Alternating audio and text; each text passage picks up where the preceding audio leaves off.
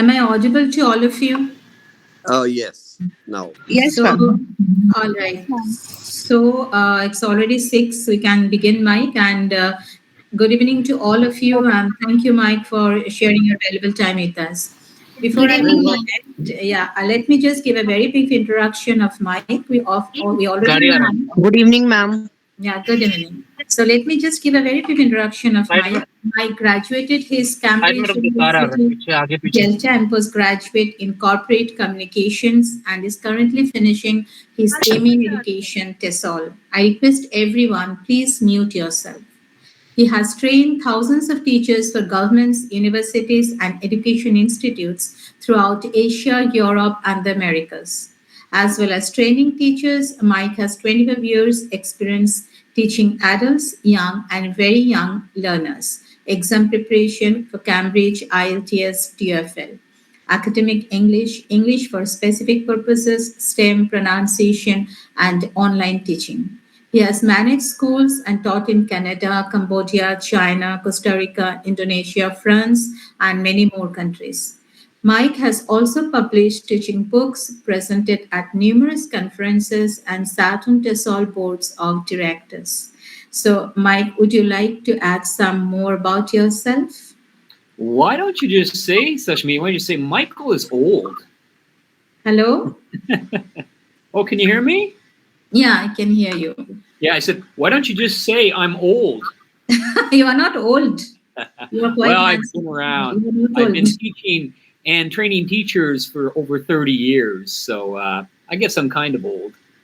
No, no, you are not old enough. That's just a number. True. Okay, let's get started. Hi, everybody. Nice to see you again. Some of you are new, and some of you I've seen before. Hello, sir. What's up? Okay, this session we're going to talk a little bit about phonology. Before we start with that, I want to just tell you one introduction that I find helps a lot of new teachers and students. Right now, I'm teaching adults, and in my first class, I tell them this, and it really helps them to concentrate. And that is the 4 necessary conditions. There are 4 things you need to learn a language. If you have those 4 things, you will learn the language. If you don't have those 4 things, you won't learn the language. So, as language teachers, we have to create those 4 things in our classrooms or to our students. What are the 4 things you need? Can anyone tell me one?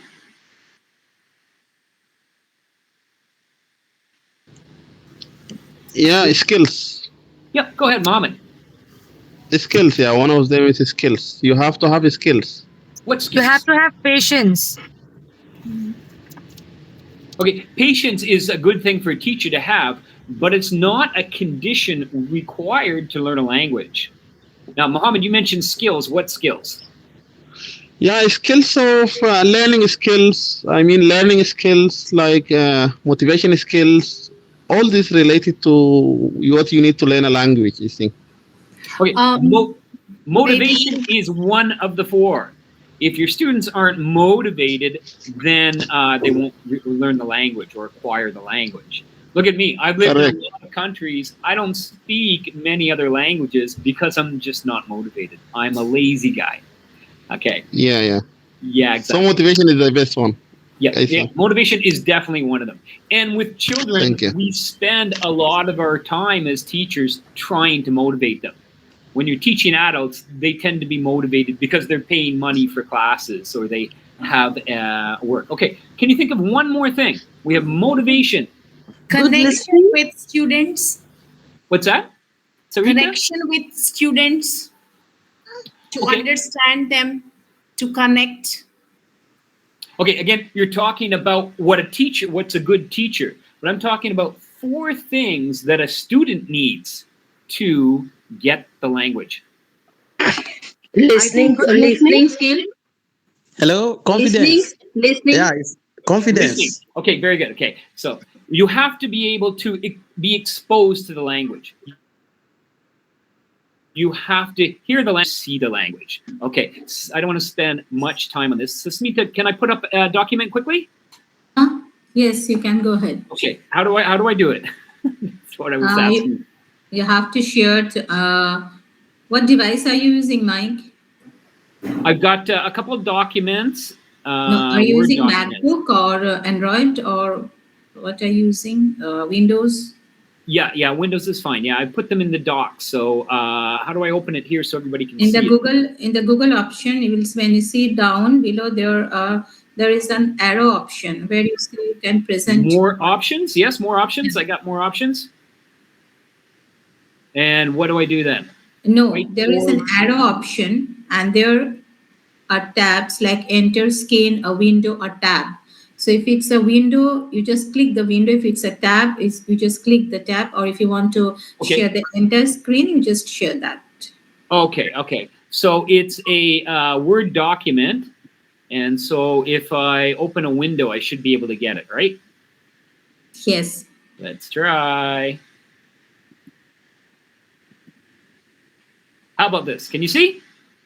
You are not presenting. You have to present it, Mike. Yeah, now it's visible.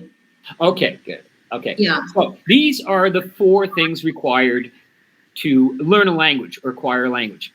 A student must be exposed to the language. Okay. So they get exposed to a language through their eyes, which we call reading. They get exposed to a language through their ears, which is called listening. It's also very important that students use the language, right?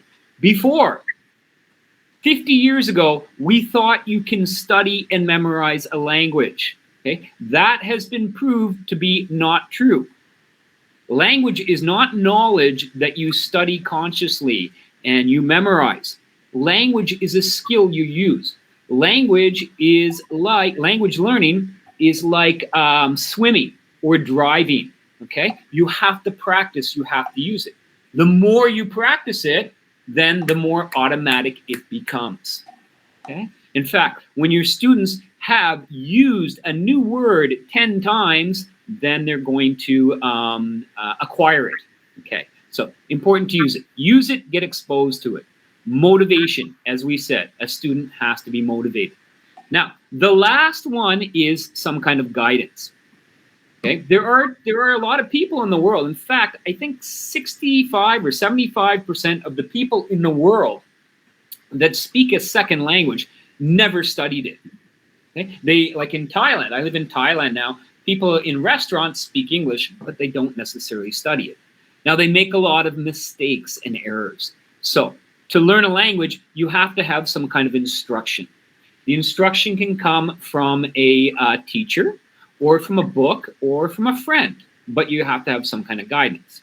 Now, as teachers, what do we guide our students through?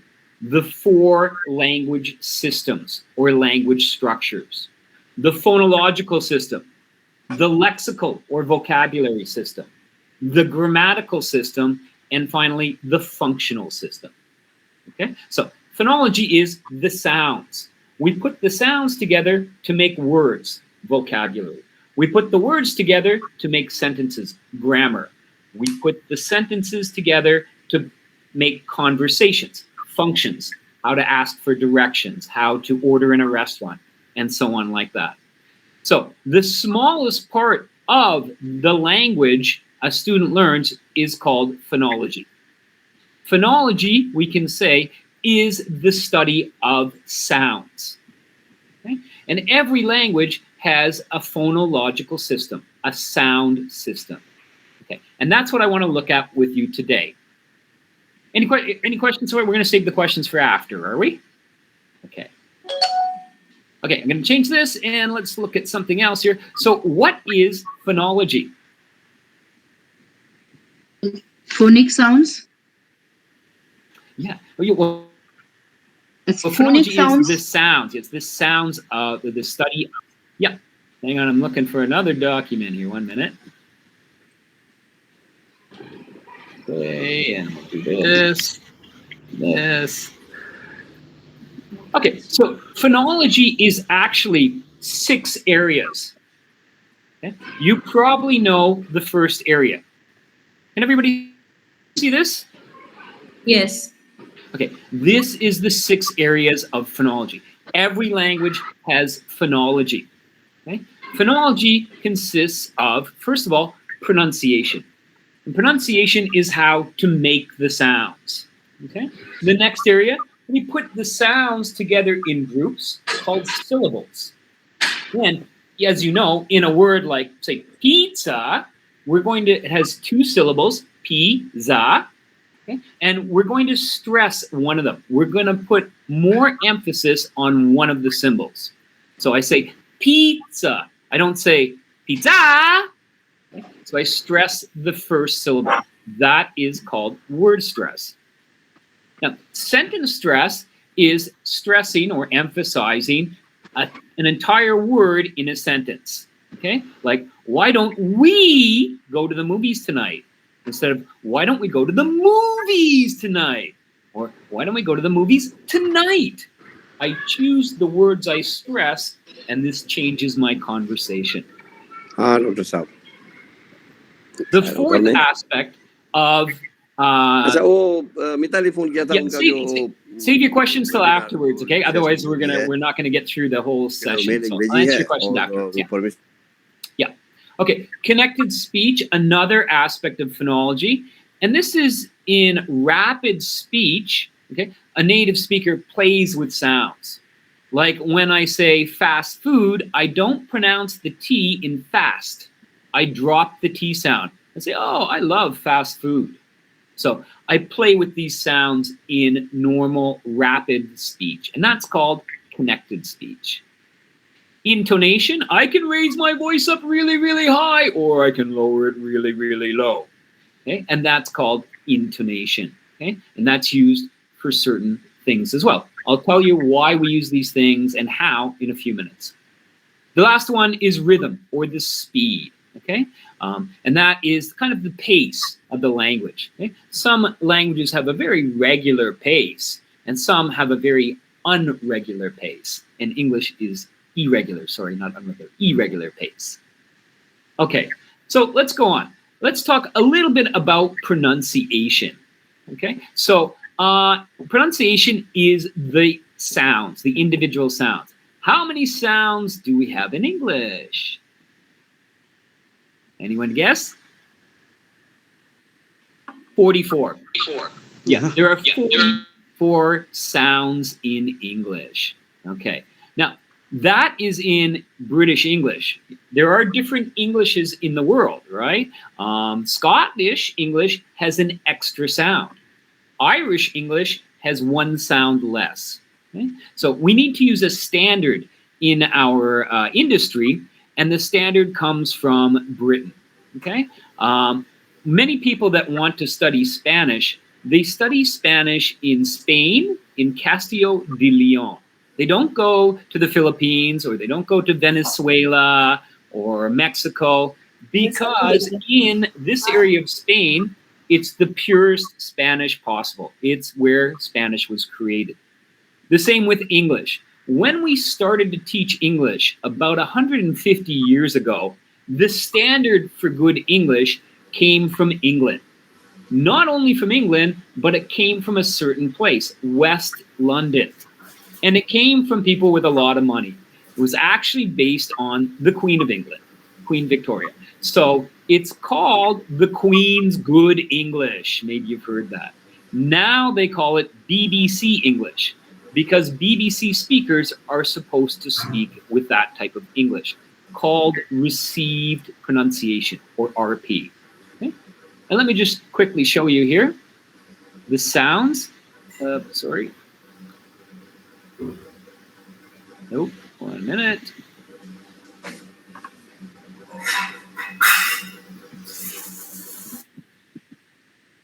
No, okay. Let's try this, okay?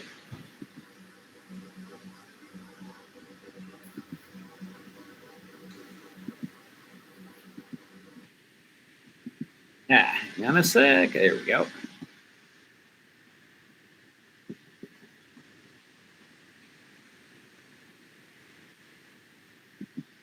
Ooh, let's see if it works.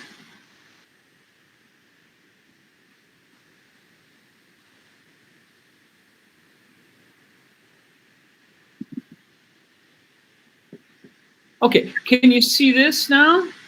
Yeah. It's a chart, right? It's not coming up on mine. It's visible, Mike. You have it. Okay. So these are the 44 sounds in English, right? As I said, we're not going to spend a lot of time on the sounds, the segments. What this session, we're going to talk about the super segmentals, the parts of phonology that come after pronunciation. But I just want to quickly go over this with you. You can find this system in the back of any English course book. English file, cutting edge, anything. Any books you use, if you look in the back, usually they have the 44 sounds. I like to use this one because there are 3 types of sounds. Okay, we've got vowels and consonants. Now, if you look at this chart, the bottom 3 rows are the consonant sounds, and the top 3 rows are the vowel sounds. What is the difference between a vowel sound and a consonant sound? Okay. Vowels have 2 sounds? Okay, good. A vowel sound we make when the air comes out of our chest and we make it with the shape of our mouth. E, ooh, ah. The shape of our mouth makes the sound. With a consonant sound, we have to block the air with some part of our mouth, right? B, my lips block the air, stop the air. My throat blocks the air. L, my tongue and my teeth block the air. Okay, so we have vowel sounds and we have consonant sounds. The difference is the consonants, we block the air. Okay, the reason I'm talking about this is because when you're teaching pronunciation to your students, you are not teachers. No, you've just become doctors. Because what you're doing is you're trying to change the muscles in somebody's mouth, right? And so, for example, the Thai people, right? Thailand's called the land of smiles. The people are really friendly. But if you look at their language, Mai Ben Rai, Kapen Kai, Chai, Mai, the muscles in their mouth are made to smile. So when they relax, their muscles immediately smile. Now, for example, I had a Chinese student the last 3 days. Most students cannot pronounce the TH sound. So what I do is I get them to take their finger, put it on their nose, and when they make the sound, their tongue has to touch their finger.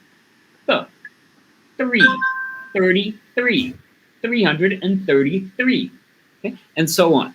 And I get them to go home every night, look in the mirror, and practice that. Because I need to make the muscle in their tongue strong. And when it's strong, and they keep doing it automatically, that's how you improve people's pronunciation, your students' pronunciation.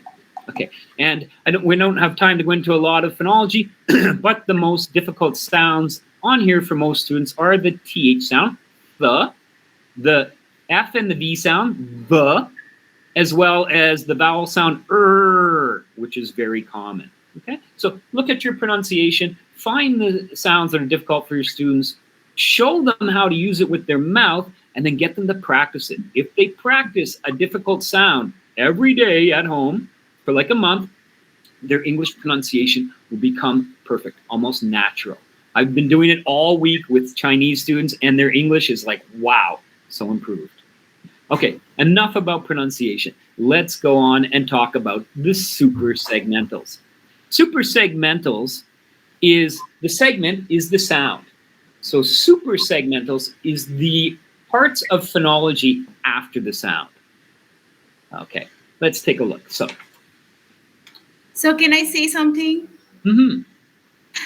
There is a Sisley-Berry exercise that can also help in pronunciation. Okay, Dan, why don't you tell us afterwards? Because otherwise we'll take up all the session about this. It's good advice you're giving us, and we want to hear it. But the last 15 minutes you can share with us. Thank you very much. Fair. Okay, so let's talk about the super segmental. So the first one is, of course, the word stress. Okay, so when we have a word, we stress a certain syllable. Look at the words photograph. Photograph, photographer, and photographic. Okay, 3 words. They almost have the same letters, almost the same meaning. Okay, almost the same spelling. but they're pronounced very differently. Because in photograph, we stress the first syllable. In photographer, it's the second syllable. Photographic, it's the third syllable. So if your students don't have the word stress correctly, then they won't be able to be understood. And I see that in Thailand all the time, because when you shop, they don't stress 15 and 50. So when you're buying things, you don't know what numbers they're saying. Or in Thailand, they tend to stress the last symbol. So they'll come to me and say, "Teacher, can I have some water?" Okay? It sounds terrible English, but they're using the stress in their own language. Okay, in word stress, there are some rules you can teach your students. For example, today I was teaching compound nouns. The rule is you always stress the first noun. Bus stop, newspaper, laptop, okay? Notebook. Okay, so there are some rules, and you can find them if you look them up on the internet. You can teach those rules to your students. Mainly, I teach the stress in a word when I teach them the new word. Okay, and that's very important that they mark the stress in their books so they can practice at home and they say it right the first time. So how do I do that? When I teach a word, I use my hand like this and I show where the stress syllable is by lifting my hand. For example, let's see here, photograph, photographer, photographic. So I go like this. Now, it's a good thing to do, and the students love it because then they repeat the correct stress after me. But you're facing me, I have to go backwards, right to left. So watch this. We'll do it this way. Photograph, photographer, photographic. Okay? So using your hand to punch the air higher on that stress syllable will help your students to hear it correctly when you're teaching a new word and also when you tell them. Okay, now when I walk into a classroom, the first thing I do is I write new vocabulary on the board. When I write a new word on the board, I also underline the stress. You can underline the stress syllable, you can put a box over top of it, you can put it in capital letters, you can put it in a different color, you can put a box around it, or so on. But teacher, excuse me, your screen is not visible. There's nothing on the screen. It's just me. There's nothing on the screen. Okay. Yeah. So again, when you're teaching a new word to your students, show them the stress syllable so they get it right the first time. Okay. Mark it on the board when you have the word on the board, and use your fist to show it when you're making them repeat the words. Okay. Lots of things you can do to show the stress. Okay. The next thing down here, hang on a second, let me just find, is intonation. So we can put words together to make sentences, and then sometimes my voice can go up really, really high, and sometimes down really, really low. That's called intonation. Okay. Now, if you're living in India, Indian English has a lot of intonation. I love it. I think it's great English. Okay. Some languages have no intonation. How do people sound when they don't have intonation in their language? Well, Russians and Spanish don't have intonation in their language, or don't have much. And most people think they sound very rude. For example, a Russian person might say, "Give me pen, please." Now, he thinks he's being polite because he said please. But because there was no intonation, it doesn't sound polite. He has to say, "Give me a pen, please."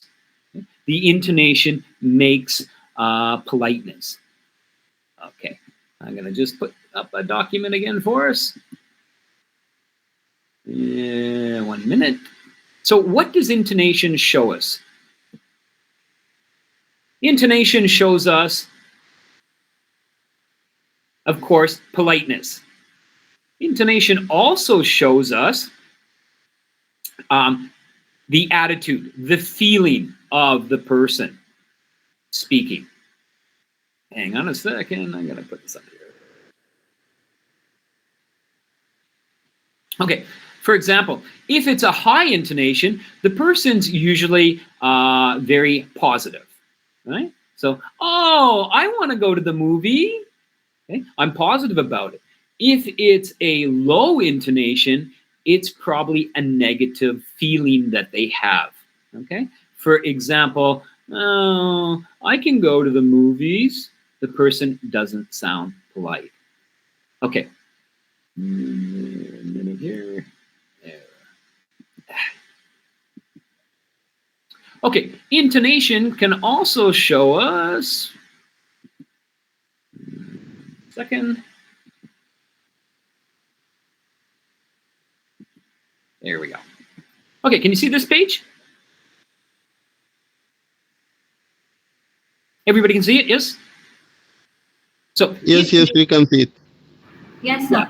Okay, intonation generally shows us four things. First of all, the mood. Okay, as I said, if you go up, then perhaps you're happy, you're excited. Okay, it also shows context.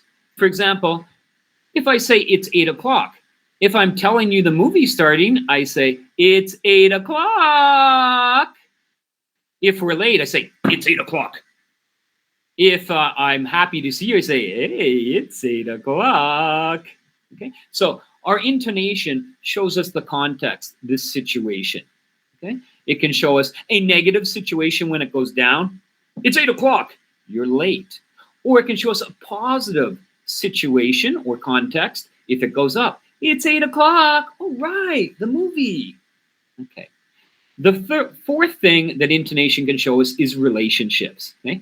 I noticed this very well when I was in Korea, because I didn't speak Korean, but I noticed the women had a lot of high intonation and the men had a lot of lower intonation. Okay? Because in a relationship, the person that's in the superior part of the relationship has a lower intonation. And the person in the inferior part of the relationship has a higher intonation. So a teacher might say, sit over there, because they're superior in the class. And a student might say, sit over here, teacher, okay, because they're a student. So intonation can also show us a relationship. I noticed it because in Canada, the women have the power. So my mother will say, take out the garbage. And my father will say, yes, dear. So she has the power, right? She has the lower intonation, not him. Okay, and that's what intonation shows us. Now, word stress, as we talked about, the stress in a word that you teach to a student, that comes from your students, or from the word, from the word. Okay, it's built into the word. When you teach the word, you can teach it to the students. Now, intonation comes from the speaker's subconscious. Okay, so it's really difficult to teach. But when you teach it to your students, they laugh. Like when I was teaching it in Spain, they would just say, oh, I sound like a clown when I changed their intonation. But actually, they sound like a native speaker. Their English improves so much when they have no intonation and they start to use good intonation. Okay? So again, you want to work with intonation with your students, especially if they're from a country that doesn't have intonation, a language that doesn't have the intonation. But still, a lot of their languages don't have as much intonation as English. Okay, so there's lots of activities and games you can find to do intonation with your students. One of my favorites is Mark Hancock's pronunciation games. I'll show you a copy of it later. It's got lots of activities. You just photocopy them, give them to the students, and they can practice intonation, word stress, all of the suprasegmentals. Okay, very good. Okay, let's go on. The next aspect of phonology is called connected speech. And connected speech is when we play with words. For example, if I say thank Tim, well, let me show it up. Put it up here for a second. If I can find it, here we go. Okay.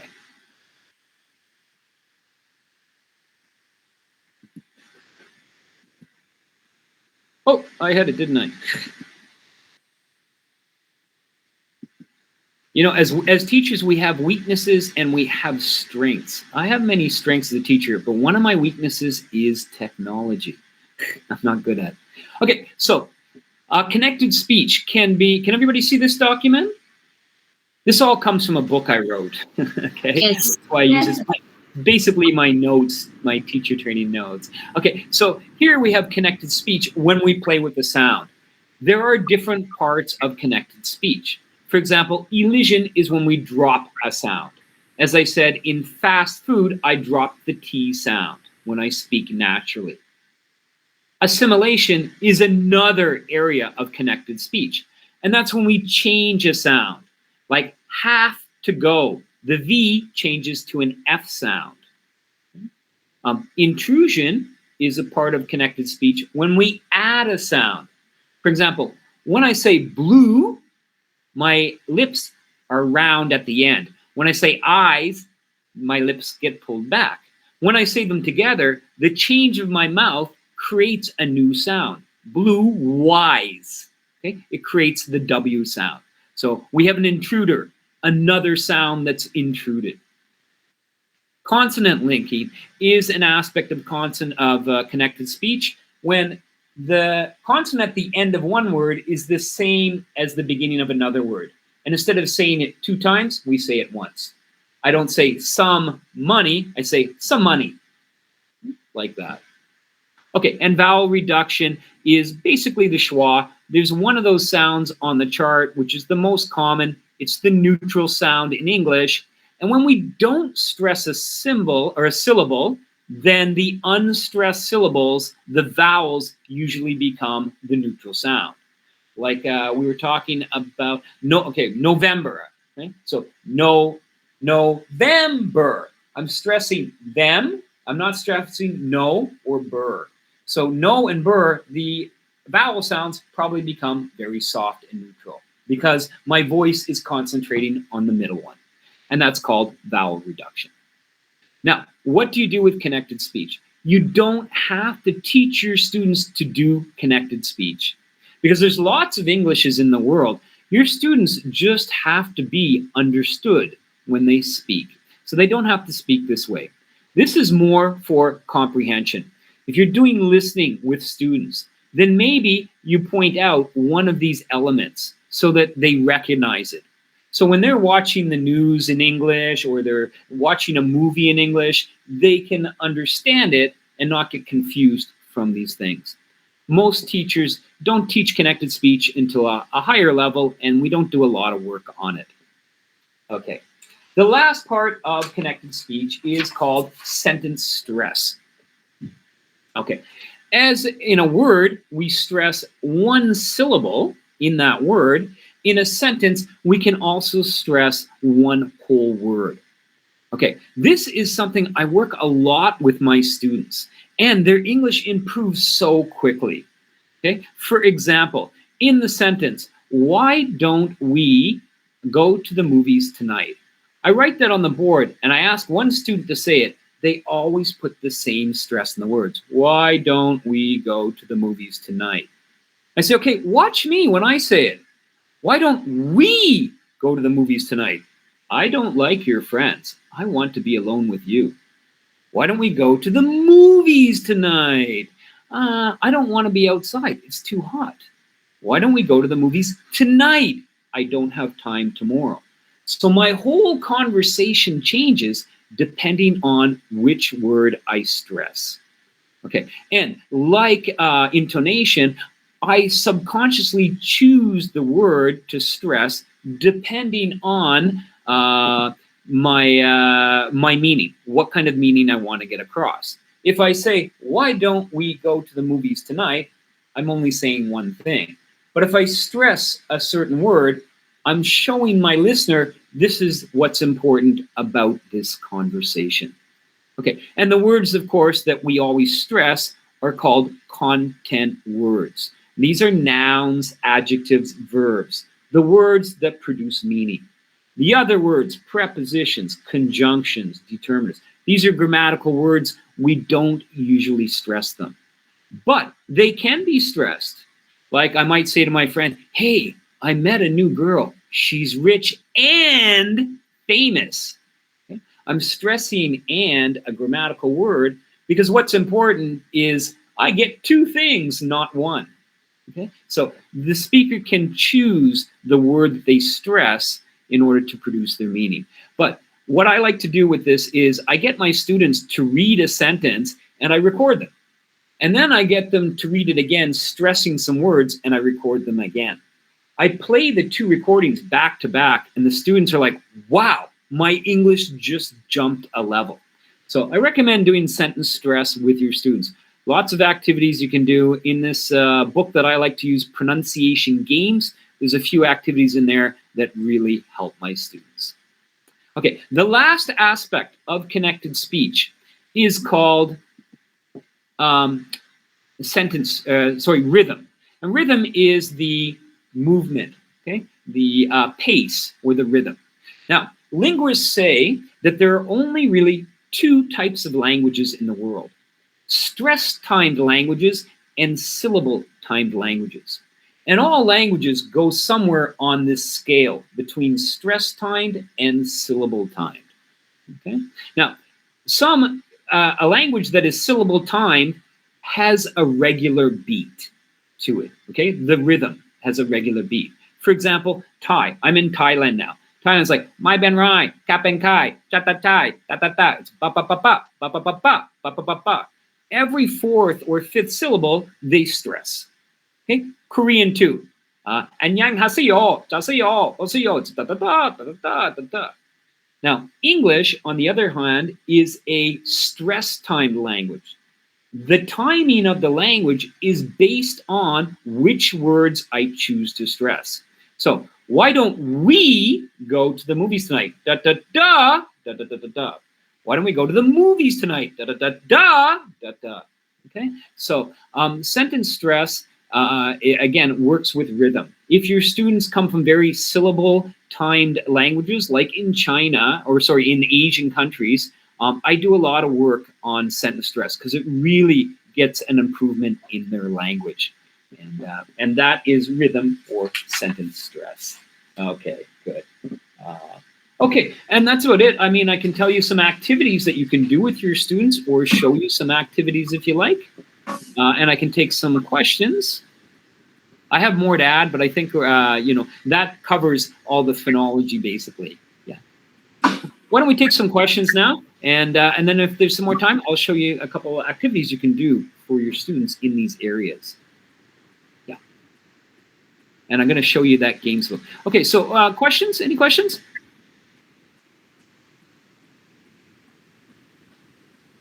Yes. Go ahead. Aruna, and then Tarika, and then, yeah, okay.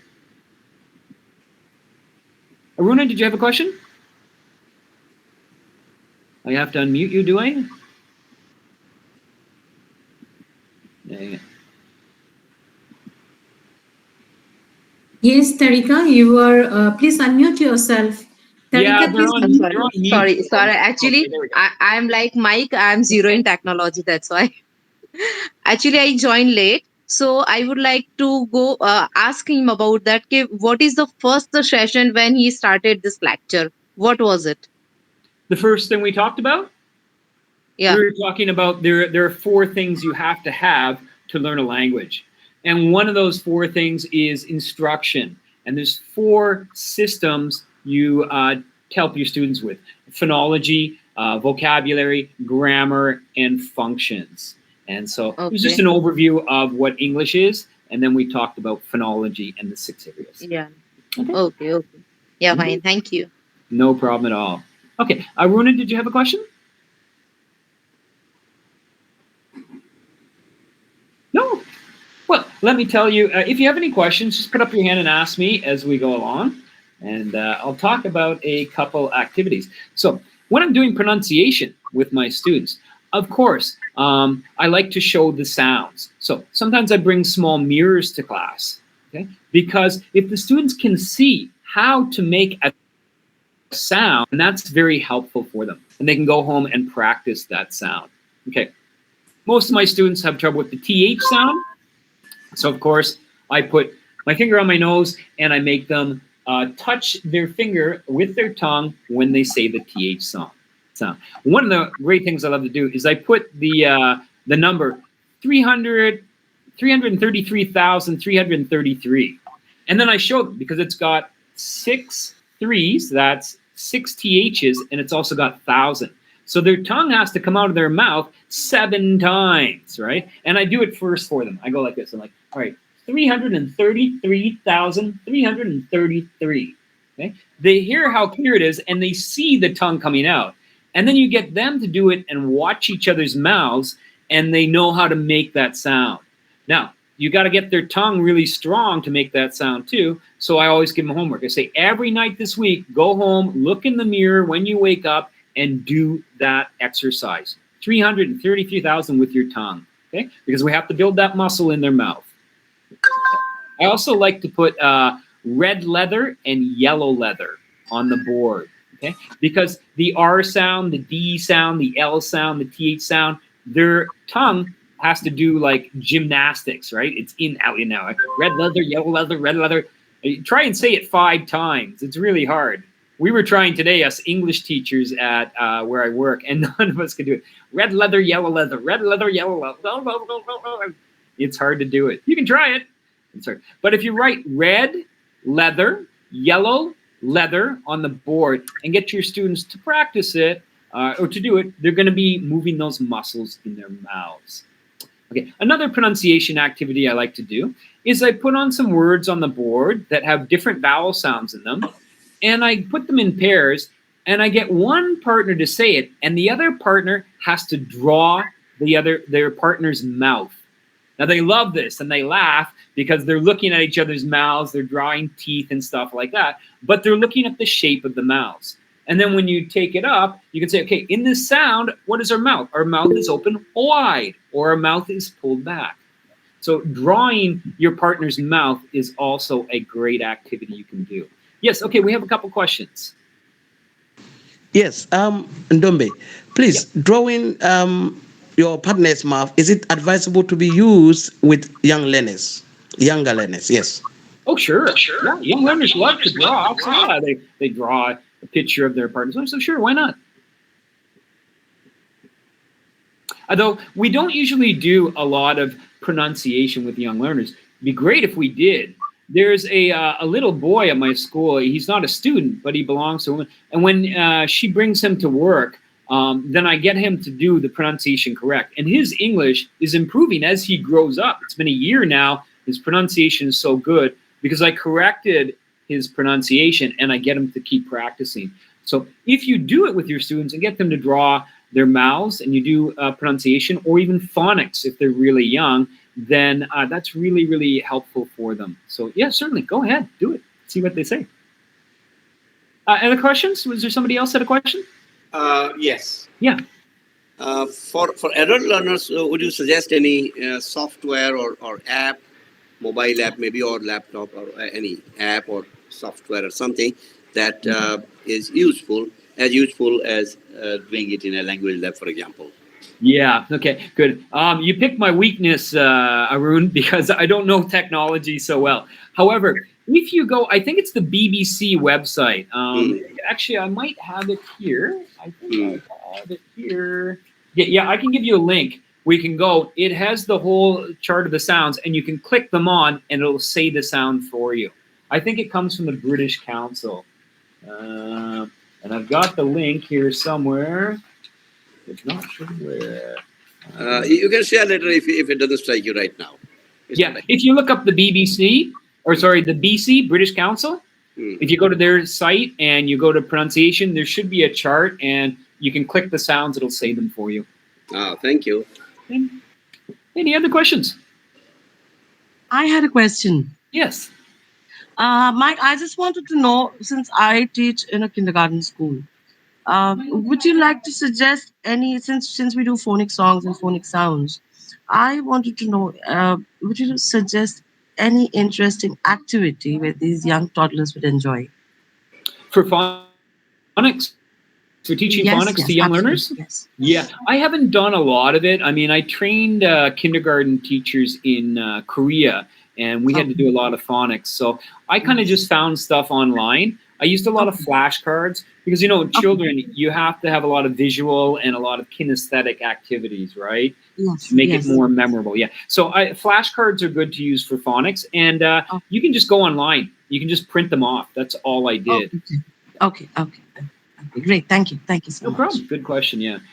Any other questions there? Did we have anybody else?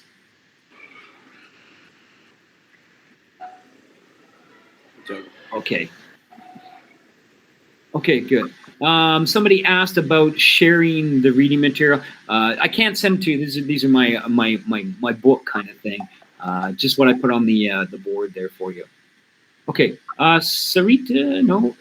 Tarika, do you have another question? Tarika, yeah. Actually, Mike, I joined ECCE program and the teachers training, international teachers training program. So, is it related to both or not? That I would like to ask you, or it is going to be because I am starting TEFL. TEFL also I joined. So, I would like to ask you: these are the going with same syllabus, or these are having the different syllabus? The syllabus comes from a teacher, right? So you have a syllabus and a curriculum. And a curriculum is what the school tells you to do. The syllabus is when you take the curriculum and you divide it into your different lessons. That syllabus is made by you, the teacher. So whatever school hires you, ask them what the curriculum is, and then you're going to use that to design your syllabus, which is your course. Okay, because they had started fine motor skill or gross motor skill activities, and they told us to make a project on it. That's why I asked you. On motor skills? Yeah, fine motor skills and gross motor skills activity in ECCE. Okay, I don't know that. I haven't heard of that. Must be young learners. It must be a specific Yes, type young of it. learners, Yeah, early no. childhood care and education. Okay. Yeah, I don't know. Sorry. Yeah, no problem. Thank you. Okay, any other questions? I recommend you try some of these activities. There's students drawing the mouth, stressing the syllable. And as a teacher, we have to train ourselves. So if you want to show the syllable stressed in a word, you have to practice with your hands, right? So we have, let's see, phonology. Okay, so I use it all. I walk in, I automatically, a person says, what's this word? I immediately show the stress because it's just a habit as a teacher, a good habit I build. Okay, Aruna, do you have a question? Yes, sir. I have a little bit of doubts. What I mean to say, like I'm handling physically challenged students also, like blind students. Okay. Wow. So, Okay. is there any like specific tips to improve their languages? Yeah, of course. Because Yeah. So they, yes, tell me. No, I was going to say, of course, if you have a student that has a learning disability or physical disability, you have to work around that. So it all depends on what the disability is, right? If you're dealing with blind people, then of course you're going to do a lot of audio stuff, right? So, Yes. yeah. So they wouldn't be able to see the stress like this with your hand, but if you were playing something or when you speak, I would exaggerate the stress so they don't have to see it, but they can hear it clearly. Oh, Yes. this month my birthday is in November. Oh, so stress that. And then just get them to practice repeating the way you do it. Okay, but here non-verbal clues will not work. So, any other tips, sir, rather than that? Not really. Your job's a little bit difficult because you can't work with the eyes. You got to only work with the ears, and of course the hands too, right? So if you're teaching them vocabulary, they can touch things. You can bring it in. But yeah, I'm not really sure. It's a little bit hard because you can only do auditory. But the thing is, when you're teaching phonology to your students, most of it's auditory anyways, right? Because you're listening to the intonation, you're listening to the stress and so on. So you can do all of these super segmentals with your blind students. You just can't do any of the visible ones that I showed you. But certainly you can find, and check out some books. There's lots of books for doing auditory stuff. Yeah. Mark Helgeson is a friend of mine. He's written a few books, and I think he has one book. He's in Japan, but I think he has one book where he shows you how to do different activities for just auditory learners. So I'm not sure which book it is, but you might want to Google his name, Mark Helgeson, his name, and he has books for things like that. Okay, sir. Thank you. No problem at all. Okay, another question, Mohammed? Yes. Suprasegmental. What did you say it is? Suprasegmental. What did you say it is, please? A segment is the smallest part of the language, a sound. A suprasegment is anything in phonology beyond pronunciation. Thank you very much. Thank you. Okay, Mohammed? Yeah, teacher. Just you know that Arabic people speaking, they have problems in sound pa and ba. You know that b and p. So how can I teach them to differentiate in this sound? The difference between b and p? Yeah, this is very difficult because in Arabic region, this is major problem here right now. I can teach them, but this is a major problem. It's me, even a teacher, challenging to teach them. Okay, let me quickly show. Okay, do you remember that phonology chart? I'm just going to put it up for us again, and we'll take a look here. Okay, do you see this chart I put up here, the phonology? Yeah, where I can't see. Oh, wait, it's coming. Okay, this one. Can you see it now? Yeah, now it's coming. Okay, these are the 44 sounds in English. Do you see the bottom? There are 3 rows. There are 20 sounds at the bottom. Yeah, I see. Okay, so these 24 sounds on the bottom are the consonant sounds. Now you see those 2 rows, the P and the F row? Yeah. Some of the sounds are in white and some are in gray, right? Yeah, correct. P and B are the exact same sound. They're both produced with the 2 lips. And we both release the air quickly. Sir, can you please share these slides to Shushmita ma'am? The slide is up. Yeah, it should be up. It's just the chart. Okay, so the ones in gray are called unvoiced sounds. Let me show you. Okay, look at the S sound and the Z sound. Okay, take 2 fingers like this, and this is a great trick to show your students too. Okay, now I'm going to put it right under their neck and hold their neck like this, and then do the S sound. And now the same with the Z sound. Zzz. Yeah. There is something in vibrating, something like this. Very good. When I see zzz. Exactly. Okay. One more. Take your 2 hands and put it on your ears. Okay. Same ears, thing. right? Yep. Cover your ears and do the S sound and the Z sound. Okay. Ready? Yeah. Also vibrating. You feel the bumblebees? Also, there is vibration here. That's right. Okay. So these, what do we got? We got these 16 sounds in the 2 rows. There's actually only 8 sounds. Okay. The P and the P are the exact the same. T and D the same. Ch and J the same. K, G the same. F, V the same. Th, the same. S, Z the same. Sh. Correct. Yeah, because here generally the word for example the word people. Some of my students they say people. Okay, so what I would get them to do is to pronounce as well and make sure that they're doing the ears or the throat. And okay, did you feel vibrate? You're saying people? Did you feel vibrate? Okay, you're doing it wrong. Okay, so yeah. So I would do that with them, and this is very handy because in order to properly pronounce the past tense, the present tense, or plurals, everything learned at an elementary level or a beginner level, to pronounce those correctly, they have to know these voiced and unvoiced sounds. Because we pronounce the past tense depending on that sound, right? Stop t, right? Bathed. So the past tense after B is like a D sound. After P, it's like a T sound. Okay? The same with the present. So you want to teach this voiced, unvoiced quality to your students right away. And then if they're having trouble saying it, I would just get them to notice the difference between the vibration. That's the secret. Okay, thank you. It's really important. Thank you, buddy. Okay. Any other questions?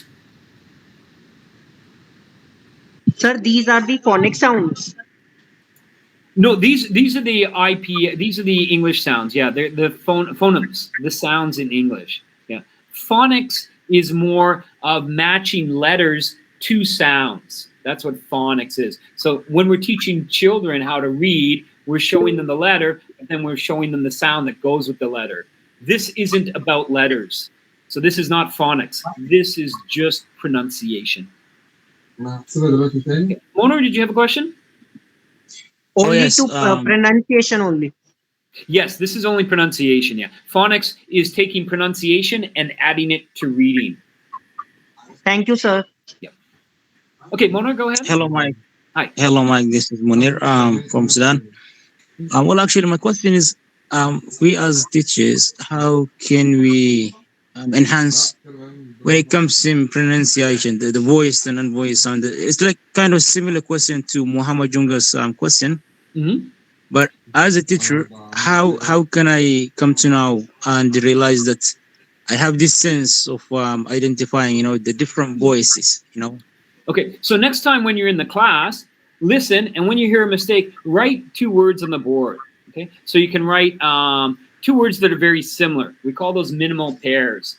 2 words where only one sound is changed. So if they're having a difference between pet from P and B, maybe put pet and maybe put bet, okay, on the board, the 2 words. Okay, and then get them to cover their ears or to put their 2 fingers on their throat there so that they can notice the difference between those 2 sounds.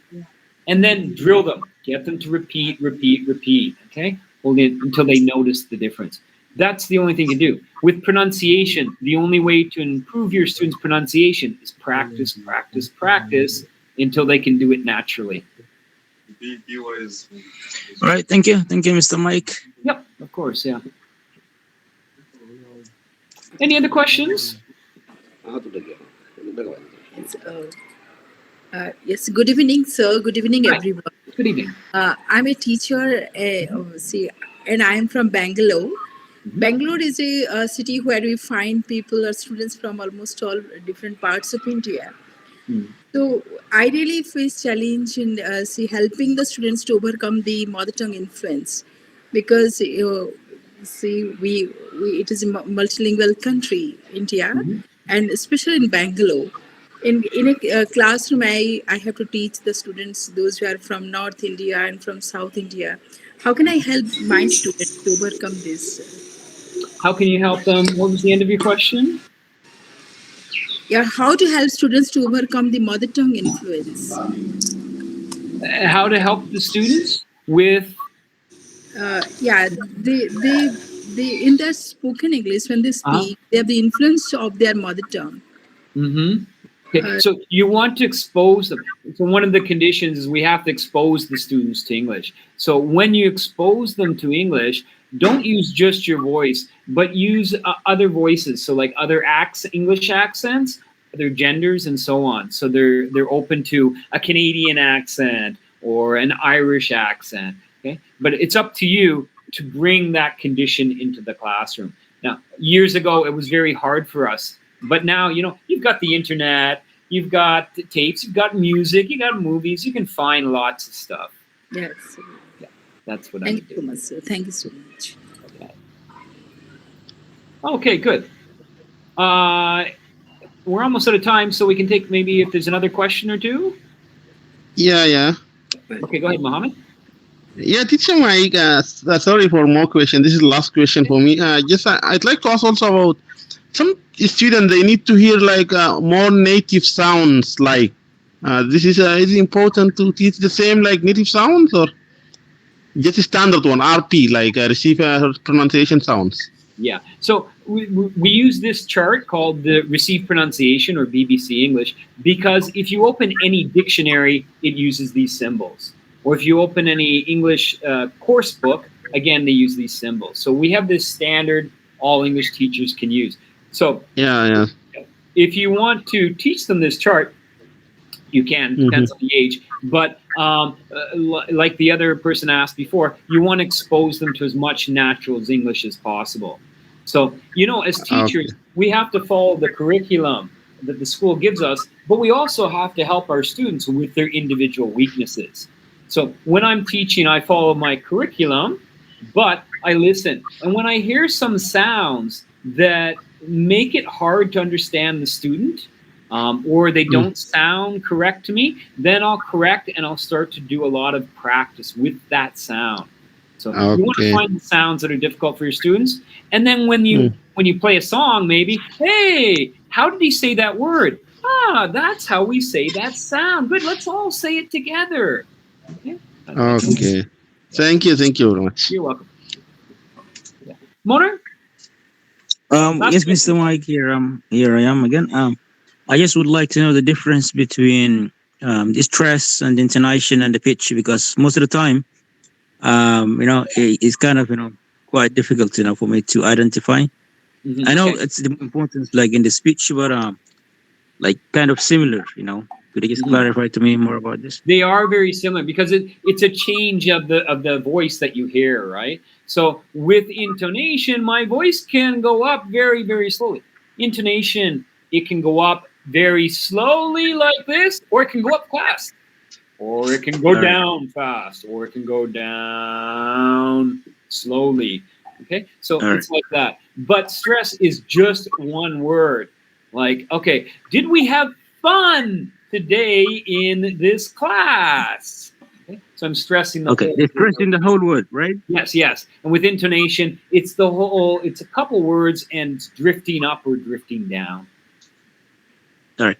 Now, if I understood it correctly, the stress could be in the whole word, but the intonation could be in the syllables, like in the word itself. It can be, different intonations in different syllables, right? That's right. That's right. And there are some rules you can teach with intonation, right? Like with WH questions, it goes down, it goes up Correct. on the last word and then down on the next word, right? What is your name? But yes, no questions is the reverse, right? Are you Moner? Okay. So there are some rules in intonation you can teach your students. You can find the rules in a book or online and teach them to your students. But yeah, that's the difference. You got it. What about pitch? What about pitch? Like sometimes, also Pitch hear about intonation is the this. same thing. Same, right? Yeah. Yeah. Thank you for the clarification, Mr. Mike. You're very welcome. Okay, good. Sorry, Huridan, you had a question too. I know you had one earlier, and we passed you. Why don't you ask now? Yeah. Actually, could you please give us some tips in the classroom? I need to make my children inquisitive while teaching them language. So how can I do that? Since I'm working with primary students and it's very difficult to grab their attention for a long time. So there I would need your help. Okay, yeah, that's a whole other topic, right? So we know that as teachers, it's our job to create those four things in the classroom. Get them to use it, expose them, motivate them, and help instruct them in those four areas. Of course, the motivation with adults, like I teach adults now, and it's easy. They're very eager to learn. They paid for the classes and they want to know. With children, as you know, you spend a lot of your time trying to keep their attention and try to motivate them, right? So the first thing you want to do is you want to change your own thinking. Okay? Most teachers think that children should act like adults. Sit down, study, listen to the teacher. Okay? That comes from their traditional teaching. But what they don't realize is that children aren't adults. Okay? And what I do is sometimes when I train teachers, I bring a puppy into the classroom and they all go, "Oh, so sweet." I say, "Yeah, his name's Rex. Come here, Rex. Come here." When the dog doesn't come, I go to hit the dog. And the teacher's like, don't hit the dog. I say, why not? They say, he's just a puppy. I say, the same thing. When you look at your children in the class, don't think of them as adults that have to learn. Think of them as puppies. Now, children learn by playing. They learn by seeing. They learn by touching. So you have to have, like you said, you have to have activities to motivate them. And the thing to do that is to know what interests the children. When I was teaching in a children's school, I would go out on the lunch break or on the break, the morning break, and I'd see what the kids were playing. Oh, they're all playing a card game. Okay, I'm going to play that card game in my classroom, the students, but instead of hunting monsters, we're going to call the monsters different verbs or different adjectives. I'll take the stuff that children are interested in and I'll change it into an English activity. And then they're so motivated, they don't even want to finish the class. In fact, one day I had all the other classes coming to my classroom. Oh, we want to learn English. So you got to find out what your children like, and you got to stick with that. And don't try and get them to be quiet and sit down all the time, because you'll just go crazy and be sent to the madhouse. Okay, you're going to have noise and you're going to have movement. Expect it and just accept it. Wow, that was very impressive. I will definitely implement. Thank you so much. Good luck with your puppies tomorrow. Thank you. Okay. Well, Mike, I think we are already quite late. Shall we wind up? Anyone have any question? You can just mail me and I'll put it across to Mike. Okay. Well, then, have a good day tomorrow if you're teaching. I love teaching. I've been teaching it for 30 years and I'll keep doing it. It's the best job ever. Yeah, thank you, teacher, and thank you, everyone. Thank you so much, Mike. Thank you, Thank you so Tashmita, much. also. Bye, everybody. Namaste. Thank you, everyone. Thank you so much. Thank you.